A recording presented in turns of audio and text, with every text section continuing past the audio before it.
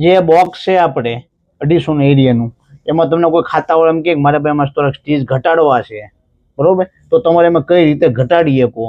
તો પહેલા તમારે તો માનો કે આ બોક્સ આપણે છે, માનો કે 15-16 હજાર સ્ટીચનું બોક્સ છે આપણી પાસે, તમને ખાતા વાળા એમ કે મારે 2000 સ્ટીચ ઘટાડવા છે, તો તમારે રિક્વાયરમેન્ટ શું હોય? પહેલા તો લુક તમારો એઝિટી રાખવાનો છે, લુકમાં તો ફરક પાડવાનો જ નથી આપણે. આમાં 2000 સ્ટીચ કેમ ઘટાડવાના એ આપણે જોવાનું. તો આપણે કઈ રીતે કરી શકીએ?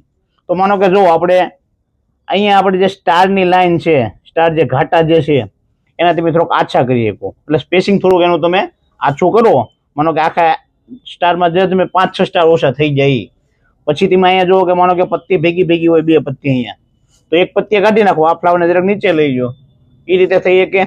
પછી આ 2 પત્તી માનો કે ભેગી છે અહીંયા, એમાં એક પત્તી સાઈડમાં લઈને ફ્લાવરને જરાક નીચે લઈ જાઓ. એ રીતે આખા એટલે તમે થોડી રીતે કાઢવા માંડો ને તો આખા પટ્ટામાં તમે આરામથી 1500 થી 2000 સ્ટીચ તો તમારે ઓછા થઈ જ જાય, અને લુક પણ એઝ ઇટ ઇઝ રહેવાનો છે. આપણે આ રીતે આપણે સ્ટીચ ઓછા કરીએ કે સેમ લુકમાં આપણે, સમજાણું?